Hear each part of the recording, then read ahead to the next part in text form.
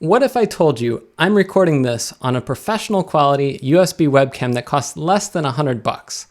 And what if I told you that I built this webcam by myself? Well, buckle up, because both of those things are true.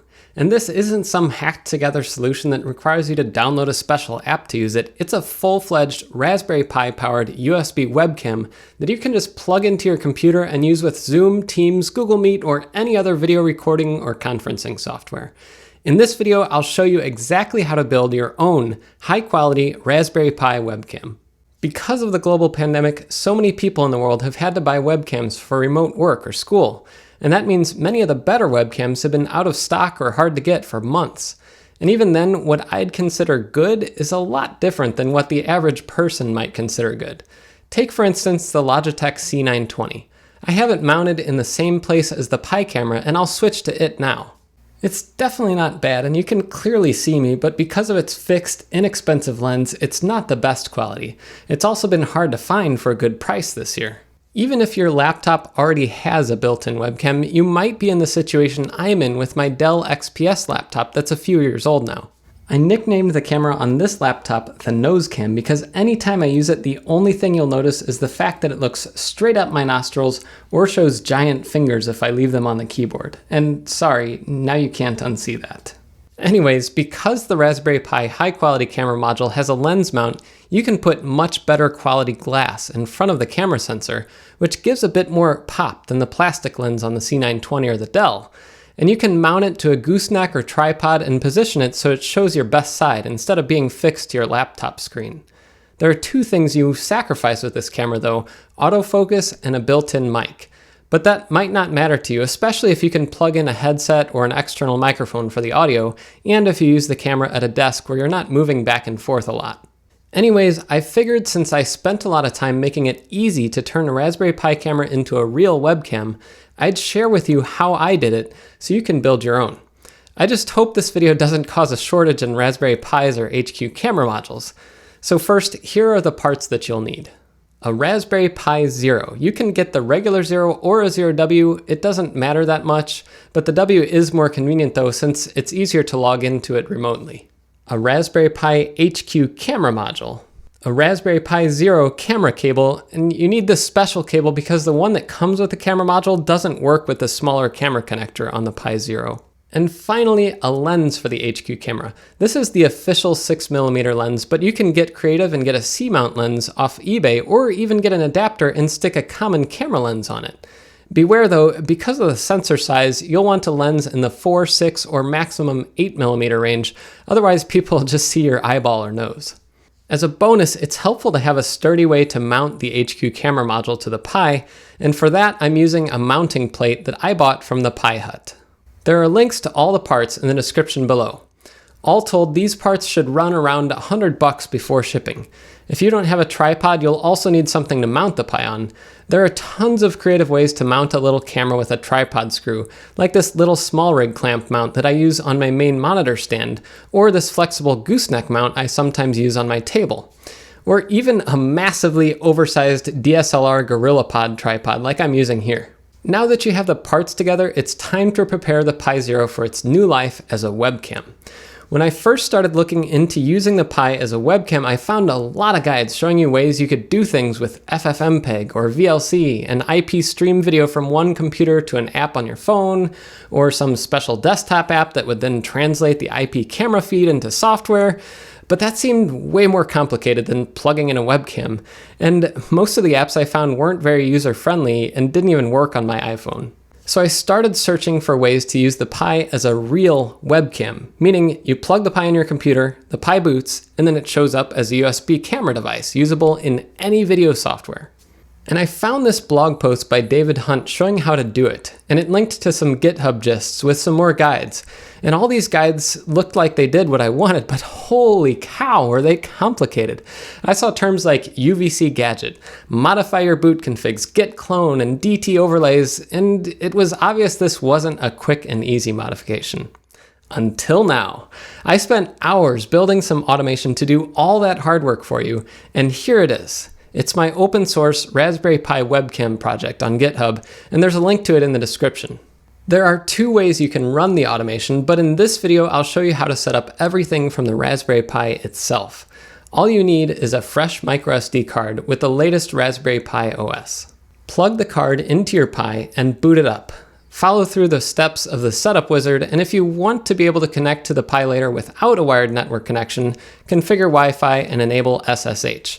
You can do it in the GUI or using sudo raspi-config in the terminal. You may need to reboot the Pi for the changes to take effect, so do that if it asks you to. Once it's rebooted, open the terminal app and run the command on the screen to install Ansible. The command is easy to copy and paste from my project's README file too.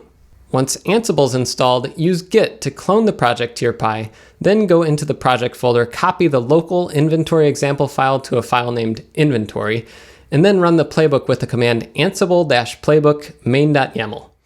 After the playbook is done, shut down the Pi. And at this point, it's a webcam. But one problem, you still need to attach the camera so it actually works. So let's do that over at my workbench. First, you need to get everything out of its packaging. I started with a high-quality camera and pulled it out. It already has a camera cable attached, and we'll remove that in a moment.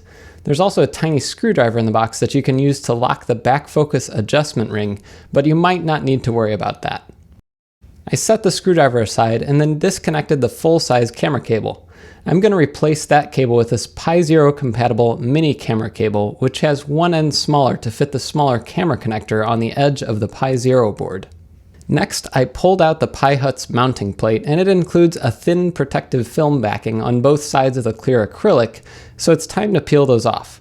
It's always satisfying to see the perfectly clear plastic, since that's the only time that we'll ever see it so clean again.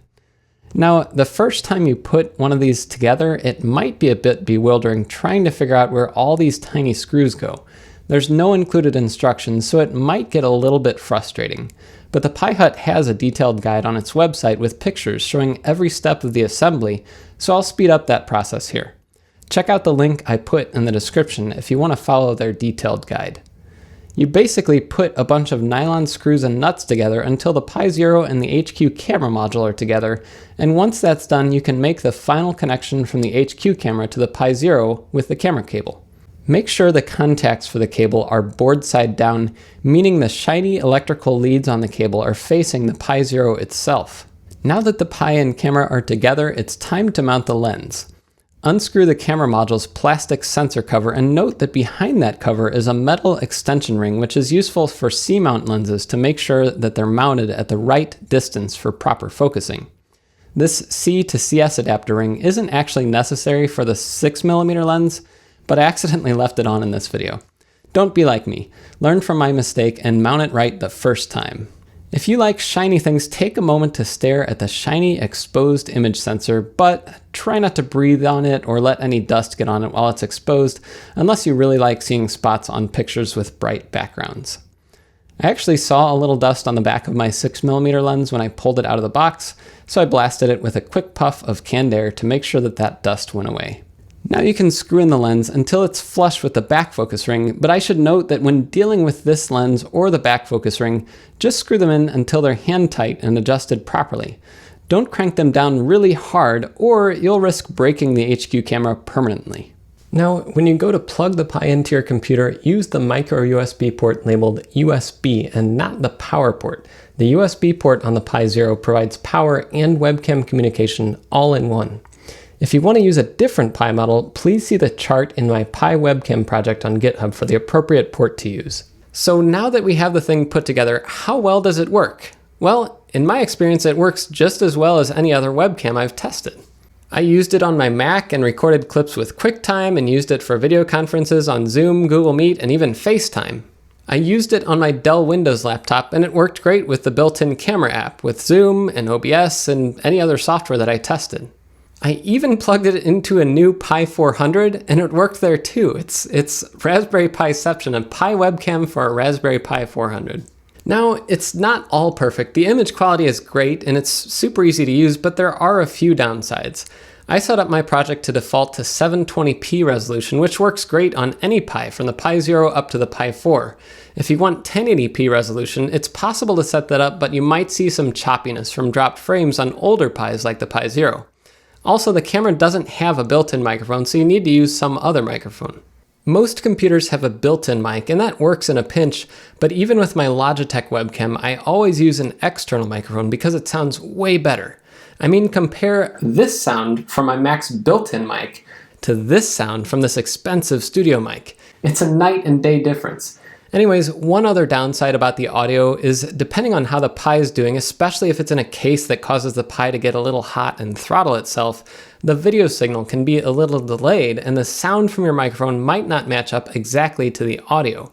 In reality, this delay is usually pretty minimal and most people don't notice it. However, if you have software like Audio Hijack, or if you're using OBS, you may be able to add a little delay to the microphone so it matches exactly with the video. The last thing that can be annoying is the time it takes to boot after you plug it in. My Logitech only takes 5 or 10 seconds to appear after I plug it in, while the Pi Zero takes a full 30 seconds. That's a pretty minor complaint though, and there are some efforts to reduce this boot time further. Honestly, coming into this project, I didn't know if I'd be happy with the result. I've done other projects with Raspberry Pis where the whole thing feels like I spent a ton of hours building something that's not even close to as good as a cheap product I could have bought off the shelf. But that's not the case this time. I'll be doing more videos on the Pi high-quality camera in the coming months, so please subscribe if you want to learn more. Until next time, I'm Jeff Geerling. Many of the better webcams have been out of stock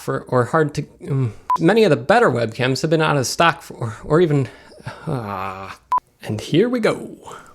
And it linked to some GitHub gists. There's a bubble just came out of my mouth. That's weird. How hard is it to say Windows 10? And the sound from your microphone might not match up exactly to the audio from your microphone. Wait. And the sound from your microphone, what other kind of microphone is there? John microphone?